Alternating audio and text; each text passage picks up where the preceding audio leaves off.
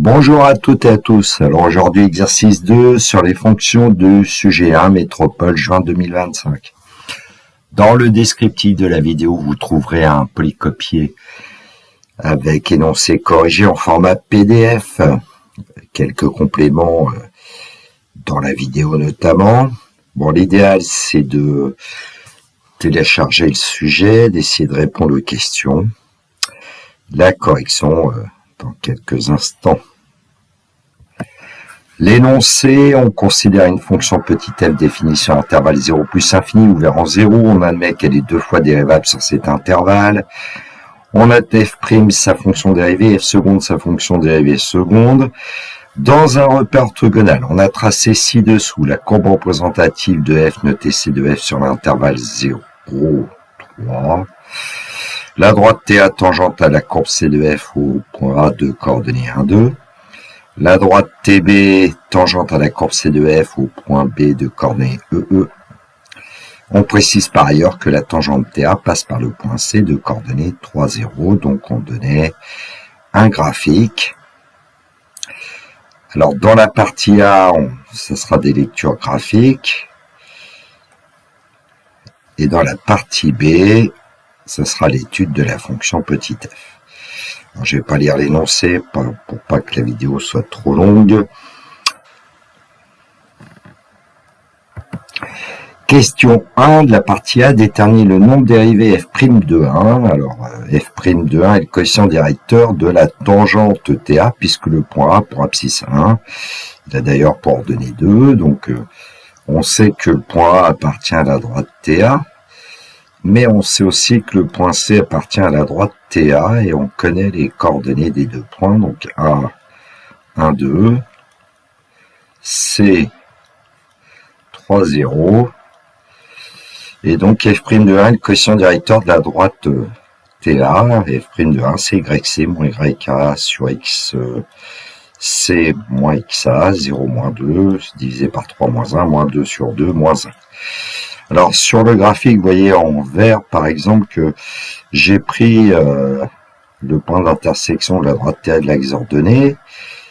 On avance de 1 sur horizontalement et on descend de 1 verticalement, ce qui veut dire que le coefficient directeur, graphiquement, a bien l'air d'être égal à moins 1. Alors, on pourrait partir aussi du point A, tracer donc une droite, un segment de longueur 1 et puis descendre jusqu'à ce qu'on rejoigne la tangente et on obtient à nouveau un moins 1. Et si on réitère l'opération, entre guillemets, vous repartez de ce point, vous avancez de 1 et vous descendez de 1. J'ai commis une petite erreur, je n'ai pas avancé tout à fait de 1. Voilà, il faut aller jusqu'ici. Et on descend de 1 pour rejoindre le point C. Voilà. Question 2. Combien de solutions l'équation f' de x égale 0 admet-elle dans l'intervalle 0,3? Alors, qu'est-ce que ça veut dire que la dérivée s'annule? D'après le cours de première notamment, ça veut dire qu'on s'intéresse au minimum, au maximum locaux de la fonction. Donc j'ai placé un point H qui semble être un maximum local. En H, il y a une tangente horizontale au point H, ça veut dire que f' de xh égale 0. Même chose, il y a un minimum local en un point que j'ai appelé G, d'abscisse XG, f' de XG égale 0. Alors on peut préciser encore un peu les choses. On pourrait par exemple donner les variations de f,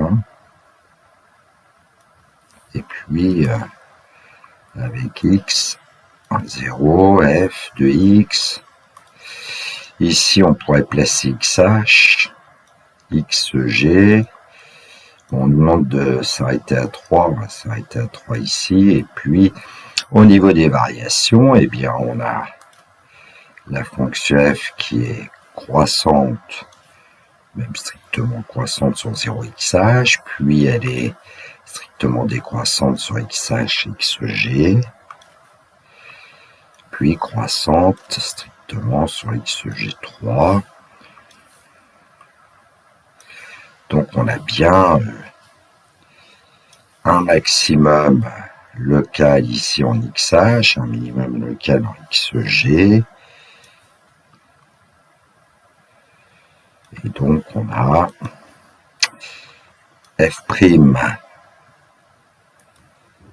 de xh qui vaut 0, ainsi que f' de xg.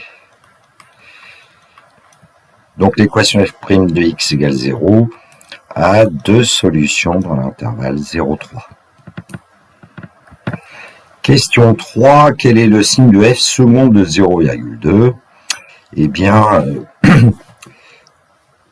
j'ai placé le point que j'ai appelé E d'abscisse 0,2 et puis la tangente TE au point E à la courbe C de f qui semble être située au-dessus, au voisinage du point E. Donc on pourra dire que f seconde de 0,2 est strictement négatif. Question 1 de la partie B. Résoudre dans grand R l'équation 2 grand x carré moins 3 grand x plus 2 égale 0 en déduire que la courbe C de f ne coupe pas l'axe abscisse. Alors, résolution de l'équation du second degré, on pose petit a égale 2, b égale moins 3, c égale 2. Delta b carré moins 4ac, donc on calcule, moins 3 carré, moins 4 fois 2 fois 2, 9 moins 16, ça donne moins 7. Delta est strictement négatif, donc l'ensemble des solutions, c'est l'ensemble vide. Cette équation n'a pas de solution dans grand R. En déduire que la courbe C de f ne coupe pas l'axe des abscisses, alors nous on sait que pour tout réel x de l'intervalle 0 plus infini ouvert en 0, f de x c'est x facteur 2 ln de x au carré moins 3 ln de x plus 2. Donc pour voir s'il y a des points d'intersection de la courbe C de f et l'axe des abscisses, on est amené à résoudre l'équation f de x égale 0, ce qui nous donne x facteur de 2 ln de x au carré moins 3 ln de x plus 2 égale 0. Mais ici, petit x, on sait qu'il est strictement positif, donc ça signifie qu'en fait, c'est le deuxième facteur qui va être égal à 0. Le premier x ne peut pas l'être. Et puis, en posant ln de x égale grand X, cela nous donne 2 grand X au carré moins 3 grand X plus 2 égale 0. Or, cette équation, on vient de voir qu'elle n'a pas de solution. Donc, l'équation f de x égale 0 n'a pas de solution et donc la courbe C de f ne coupe pas l'axe des abscisses.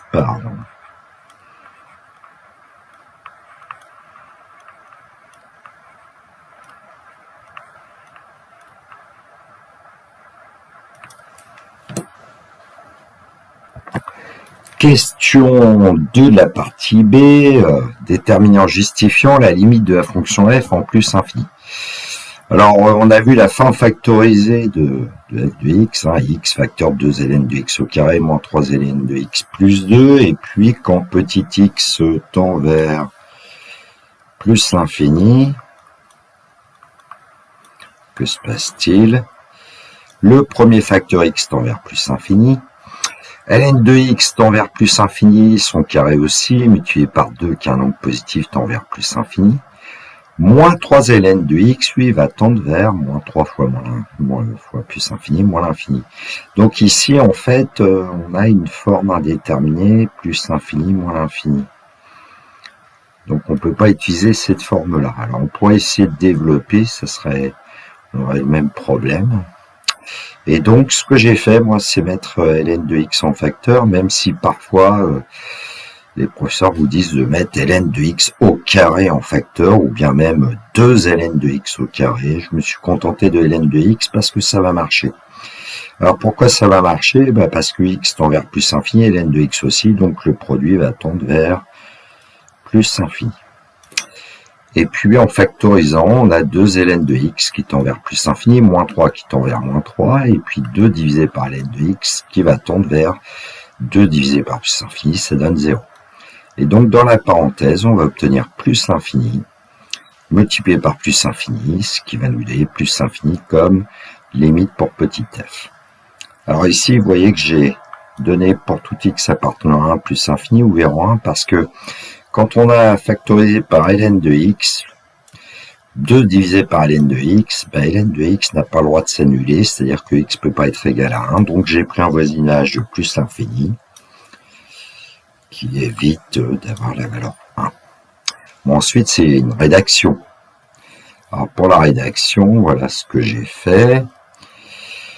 Donc, je vous rappelle l'expression de f de x. Donc, on a le premier facteur, ensuite le deuxième facteur. On s'occupe de chacun des facteurs. Le premier est peut-être plus simple. Donc, limite quand x tend vers plus infini de x c'est plus infini, et limite de ln de x c'est plus infini quand x tend vers plus infini. Donc, par produit, on va obtenir que x ln de x a pour limite plus infini en plus infini. Deuxième facteur, la limite de 2 ln de x est plus infini, limite de moins 3 c'est moins 3, limite de 2 sur ln de x c'est 0 en plus infini. Et donc par somme, on va obtenir que la limite quand x tend vers plus infini de 2 ln de x moins 3 plus 2 sur ln de x c'est plus infini. Bon, il nous reste à effectuer le produit. Donc, d'une part, on a x ln de x qui tend vers plus infini. On a le deuxième facteur qui tend vers plus infini. Donc, par produit, f de x tend vers plus infini. Alors, dans le texte, il est indiqué qu'on admettait que la limite quand x tend vers 0 de f de x égale 0. C'est pour ça qu'on avait le sentiment que la courbe C de f partait du point haut de coordonnée 0, 0 sur le graphique. Alors, c'est pas simple à démontrer, je pense. Vous pouvez essayer. Bon, j'ai pas essayé. Question 3. On admet que pour tout x appartenant à l'intervalle 0 plus infini ou vers en 0, f' de x égale 2 ln de x au carré plus ln de x moins 1. Et on va le démontrer. Bon, pour tout réel x de 0 plus infini, j'ai écrit la forme factorisée de f de x. On peut utiliser évidemment là une formule qui nous dit que la dérivée de uv, c'est u'v plus uv'.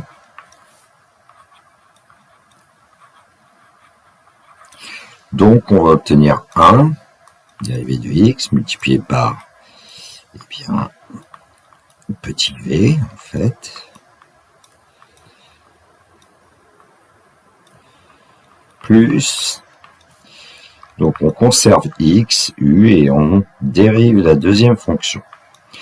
Alors pour dériver 2 ln de x au carré, on sait que ça nous donne 2 multiplié par, et là il faut dériver ln de x au carré. Alors petit rappel, w au carré, sa dérivée c'est 2 fois w', ou 2 w', c'est pour avoir ln de x en dernier. Dérivée de ln de x, 1 sur x. Ensuite, dérivée de moins 3 ln de x, ça va devenir moins 3 multiplié par 1 sur x, c'est-à-dire moins 3 sur x, et puis dérivée de 2, c'est 0. Donc je vais gommer un peu les rappels. Maintenant, on va écrire que f' de x est égal à... Alors en fait, le 1 ne sert à rien, donc ici la parenthèse, et puis je vais développer, puisque ici, en fait, vous allez avoir une simplification, x avec x comme x avec moins 3 sur x, ce qui fait que ça va être beaucoup plus simple d'avoir, voilà, je gomme, c'est peut-être pas terrible ce que je fais, mais bon, plus 2 ln de x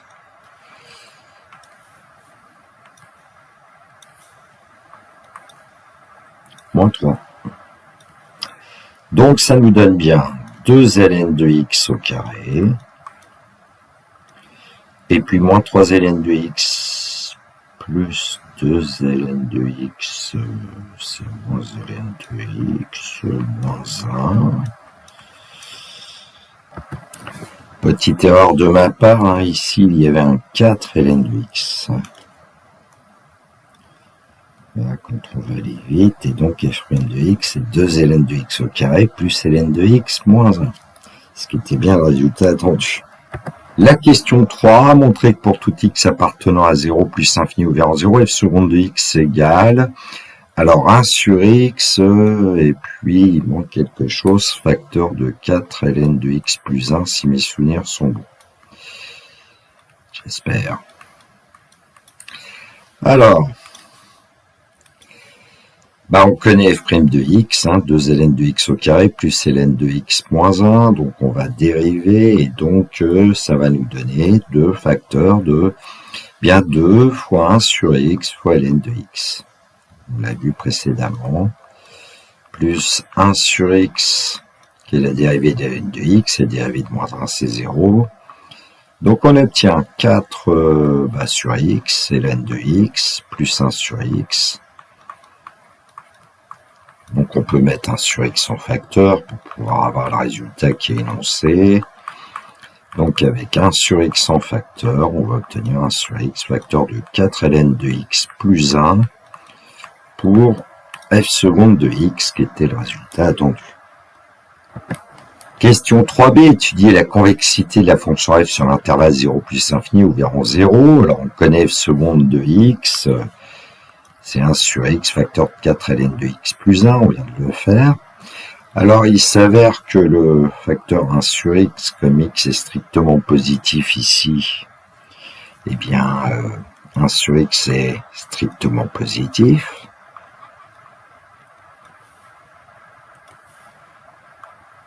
Donc f seconde de x a même signe que 4 ln de x plus 1. La variable x intervient une seule fois, donc on va pouvoir résoudre l'inéquation. 4 ln de x plus 1, plus grand que 0, qui correspond à f seconde de x est plus grand que 0. On obtient ainsi 4 ln de x plus grand que moins 1. On divise par 4, on ne change pas le sens des inégalités, puisque 4 est positif. Moins 1 quart donne moins 0,25, c'est pour être plus simple, entre guillemets. Et donc, on obtient x plus grand qu'exponentielle moins 0,25. Donc, je vous rappelle que f seconde de x est plus grand que 0, signifie que x est plus grand qu'exponentielle moins 0,25. Bon, c'est peut-être plus simple, je pense, de donner un tableau de signes de f seconde de x. Et donc, en exponentielle moins 0,25, f seconde de x s'annule. Quand x est plus grand qu'exponentielle moins 0,25, f seconde de x est positif strictement. Et quand x est strictement compris entre 0 et exponentielle moins 0,25, f seconde de x est strictement négatif. Alors, pour parler de convexité, comme f seconde est négatif sur l'intervalle ouvert en 0, exponentiellement 0,5 fermé, f est concave. F est concave sur l'intervalle 0, exponentielle moins 0,25, ouvert en 0, fermé en exponentielle moins 0,25. Alors on sait que f seconde est positive sur l'intervalle exponentielle moins 0,25 plus infini, fermé en exponentielle moins 0,25. Donc f est convexe sur l'intervalle exponentielle moins 0,25 plus infini. Bon, comme f seconde s'annule une seule fois en exponentielle moins 0,25, eh bien en changeant de signe, et donc on peut dire que la courbe C de f a un seul point d'inflexion d'abscisse exponentielle moins 0,25. Petite cerise sur le gâteau, utilisation du logiciel GeoGebra, donc vous devez reconnaître la courbe de f. Alors j'ai créé un curseur petit t ici qui vaut 0,2 pour l'instant, et puis le point M qui a pour abscisse t et pour ordonnée f de t. Alors j'ai tracé la tangente TM, et ici on retrouve que la tangente TM semble au-dessus du point M, et donc on vérifie ainsi un des résultats de la partie A. Alors quand on trace une tangente et qu'on veut voir sa position relative par rapport à la courbe, je rappelle qu'il faut travailler sur un certain intervalle seulement, a priori. Et donc ici, sur l'intervalle 0 exponentielle moins 0,25, quand t est compris entre 0 et exponentielle moins 0,25. C'est pour ça que vous voyez une zone coloriée en rose ici, qui correspond au fait que la fonction f est concave sur 0 exponentielle moins 0,25. Bon, puis ensuite, quand vous prenez une valeur de t, par exemple t égale 2, dans l'intervalle exponentielle moins 0,25 plus infini, eh bien la tangente TM est située en dessous de la courbe. Bon, évidemment, ce qui est intéressant, c'est le point que j'ai appelé K, qui est le point d'inflexion. Alors, je vais faire apparaître sa tangente au point K. Voilà, et donc TK est situé au-dessus de la courbe C de F sur l'intervalle 0 exponentielle moins 0,25, et elle est située en dessous de la courbe C de F sur l'intervalle exponentielle moins 0,25 plus l'infini. Bon, au passage, on peut remarquer que la tangente TB est située a priori en dessous de la courbe C de F.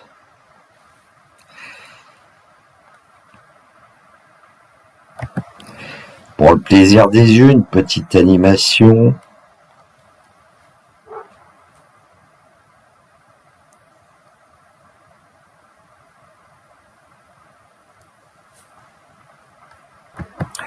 Question 3C, montrer que la courbe C de F est au-dessus de la tangente TB sur l'intervalle 1 plus infini. Bon, le point B a pour abscisse E, et l'ordonnée E d'après le texte. On sait que petit e est plus grand que exponentielle moins 0,25. Et donc la courbe C de F est située au-dessus de TB sur cet intervalle exponentielle moins 0,25 plus infini. Mais comme exponentielle moins 0,25 est plus petit que 1, il suffit de le vérifier. C'est pas très dur à voir puisque exponentielle moins 0,25 est plus petit qu'exponentielle 0, qui vaut 1.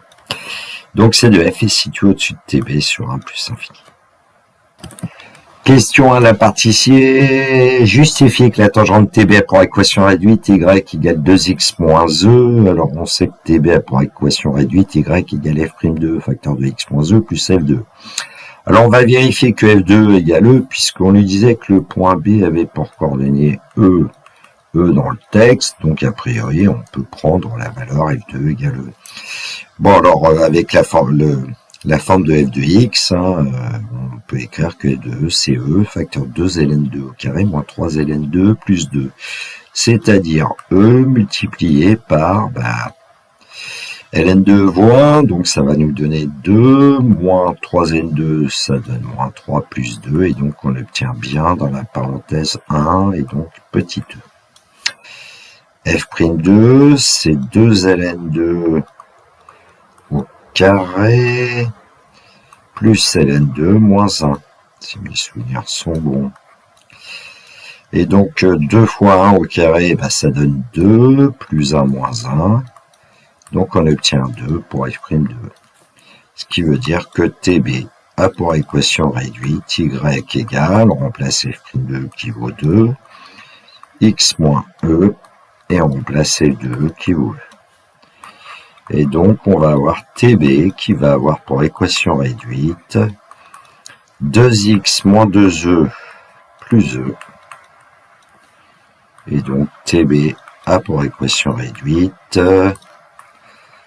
y égale 2x moins e, qui était le résultat attendu. Question 2, à l'aide d'une intégration par partie, montrer que l'intégrale de 1 à e de x, ln de x dx égale e carré plus 1 sur 4. Alors ici au brouillon, j'ai écrit l'intégrale de u'v, c'est uv moins l'intégrale de uv'. C'est à peu près la formule d'intégration par partie. Bon, pas très bien écrit, il y a des conditions aussi sur les fonctions u et v. Alors ici, on a x et ln de x, on sait qu'on a plutôt intérêt à dériver ln de x, c'est pour ça que j'écris v égale ln de x, et donc petit x, ça sera u'. Alors si u' vaut x, petit u, c'est un demi de x carré, plus une constante que j'ai pas écrite, je vais prendre la constante égale 0, et v égale ln de x, donc v' égale 1 sur x, ce qui fait qu'on va pouvoir dire que l'intégrale, je vais l'appeler grand I, intégrale de 1 à e de x ln de x, c'est donc un demi de x carré qu'on multiplie par ln de x,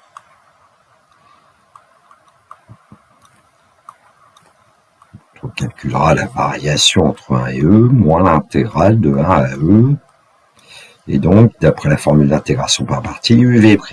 Alors, u, c'était un demi de x carré, multiplié par 1 sur x dx. Alors, les conditions sont satisfaites. On a besoin que u et v soient dérivables sur l'intervalle 1e, ce qui est le cas, et que les fonctions u' et v' soient continues sur cet intervalle, et sont même dérivables sur cet intervalle, donc pas de souci. Alors, grand I égale, donc on a un demi de x carré ln de x, entre 1 et e, moins. Alors évidemment, ici, ce qui est important, c'est que derrière l'intégrale, on puisse avoir une fonction facile à intégrer, entre guillemets. Et il s'avère qu'ici, on va pouvoir simplifier x carré fois 1 sur x, ça va nous donner l'intégrale ici de 1 à e de 1 demi de x dx. Et on sait trouver une primitive de x, donc de 1 demi de x. On a déjà vu qu'une primitive de x est un demi de x carré. Il suffit de multiplier par un demi, ça donnera un quart. Donc grand I égale un demi de x carré ln de x entre 1 et e, moins un quart de x carré entre 1 et e. Alors, ce que je vais faire maintenant, c'est vous dire que la différence de variation, c'est la variation de la différence. Alors, on va voir pourquoi c'est intéressant de le voir comme ça. Donc, un demi de x carré ln de x, moins un quart de x carré, à calculer entre 1 et e. Alors pourquoi c'est intéressant? Parce que en fait, par rapport à la fonction x ln de x, eh bien ici, un demi de x carré ln de x moins un quart de x carré doit être une primitive de cette fonction. Et donc si on veut vérifier notre calcul, il suffit de prendre un demi de x carré ln de x moins un quart de x carré, de dériver, et on devrait obtenir x ln de x. On prend cette fonction, on la dérive, on obtient x ln de x. Je ne vais pas le faire, c'est un bon exercice pour vous. Bon, il suffit maintenant d'effectuer le calcul, c'est-à-dire de calculer un demi de x carré ln de x moins un quart de x carré en e, puis en 1, d'effectuer la différence. On l'obtient donc, grand I égale 1 demi de carré ln 2, moins un quart de carré, moins 1 demi de 1 au carré, ln de 1, moins un quart multiplié par 1 au carré. Ici, j'aurais pu mettre un multiplié. Bon, alors, on se souvient quand même que ln2 vaut 1 et que ln de 1 vaut 0.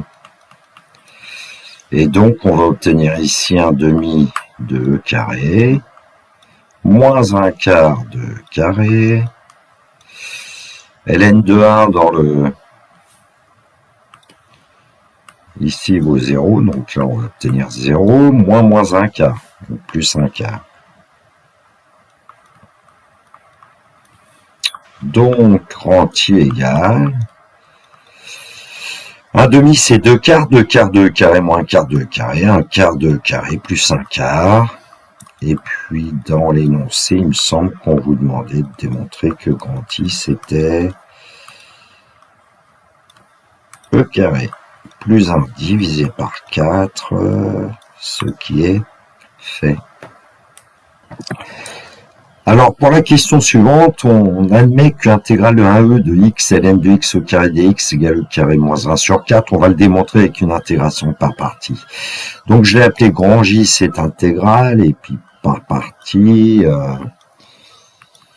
en fait on va prendre petit x, et puis on va prendre ln de x au carré ici, et puis on va intégrer x, c'est un demi de x carré qu'on multiplie par la deuxième fonction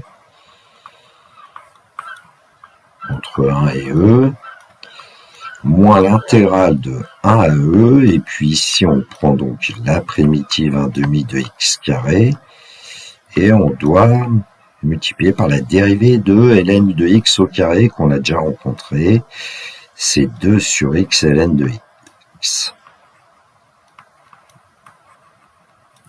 Et donc grand J est égal à 1 demi de x carré, on peut même dire x ln de x le tout au carré après tout, entre 1 et e, moins l'intégrale de 1 à e, et en simplifiant par x, on obtient 1 demi de x ln de x dx,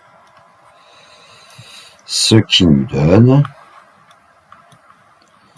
grand J égale, alors on va calculer là, et donc 1 demi de e ln de e ln de au carré, donc 1 demi de e carré, puisque ln de vaut 1. Et puis, si on calcule en 1, on va obtenir 1 demi 1 ln de 1 vaut 0, donc on obtient 1 demi de e carré. Et puis ici, au niveau de l'intégrale, eh bien si on sort la constante 1,5 par linéarité de l'intégrale, ça va nous donner 1 demi devant, je vais gommer, l'1,5 qui est à l'intérieur, et on retrouve l'intégrale qu'on a calculée précédemment, intégrale de 1 à e de x ln de x dx, et donc on va pouvoir écrire que c'est moins 1 demi de, eh bien, e carré plus 1 sur 4.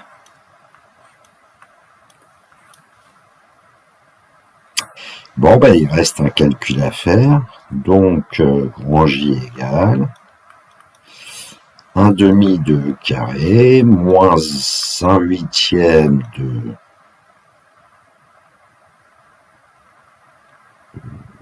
j'ai fait une bêtise, puisqu'ici, un demi avec 2, ça simplifiait, donc il n'y a pas de coefficient 1,5. Aïe, aïe, aïe.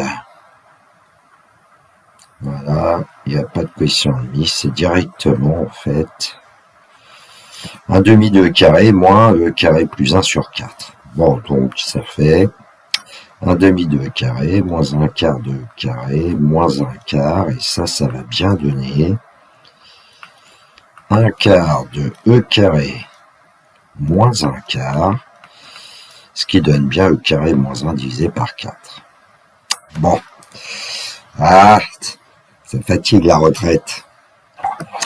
Question 3, la partie C, on note grand S, l'aire du domaine assuré sur la figure, délimitée par la courbe C de F, la tangente TB, les droites d'équation x égale 1, x égale E, on déduire la valeur exacte de S en unité d'aire.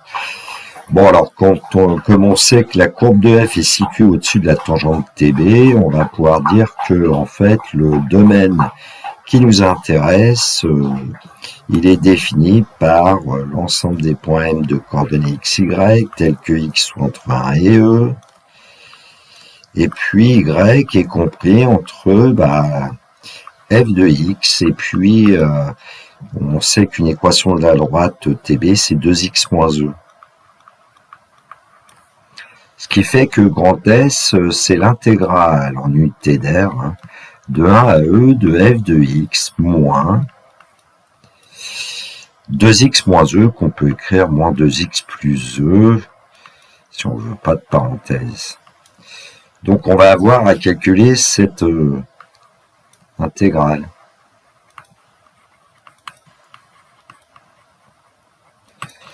Bon.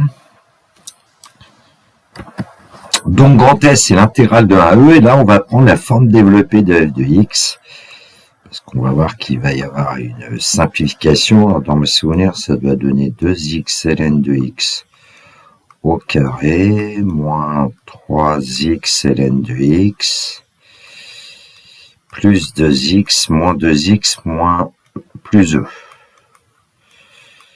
dx. Donc la simplification, évidemment, qui va intervenir, ça va être de simplifier 2x avec 2x, et donc grand S est égal à, en utilisant la linéarité, 2 fois l'intégrale de 1 à e de x ln de x au carré dx, moins 3 l'intégrale de 1 à e de x ln de x dx, et puis plus l'intégrale de 1 à e de petit e dx. Donc grand S est égal à, alors évidemment 2 multiplié par, alors on récupère le résultat qu'on a obtenu pour cette intégrale. Si mes souvenirs sont bons, c'est le carré moins 1 sur 4, moins 3 pour l'intégrale ici, c'est e carré plus 1 sur 4, plus, et puis ici, petit e, facteur de e moins 1, primitif de e, c'est le x, et puis on trouve e, facteur de e moins 1. Donc on a encore un petit peu de calcul à faire. Je vais peut-être mettre tout au même dénominateur, sur 4 par exemple.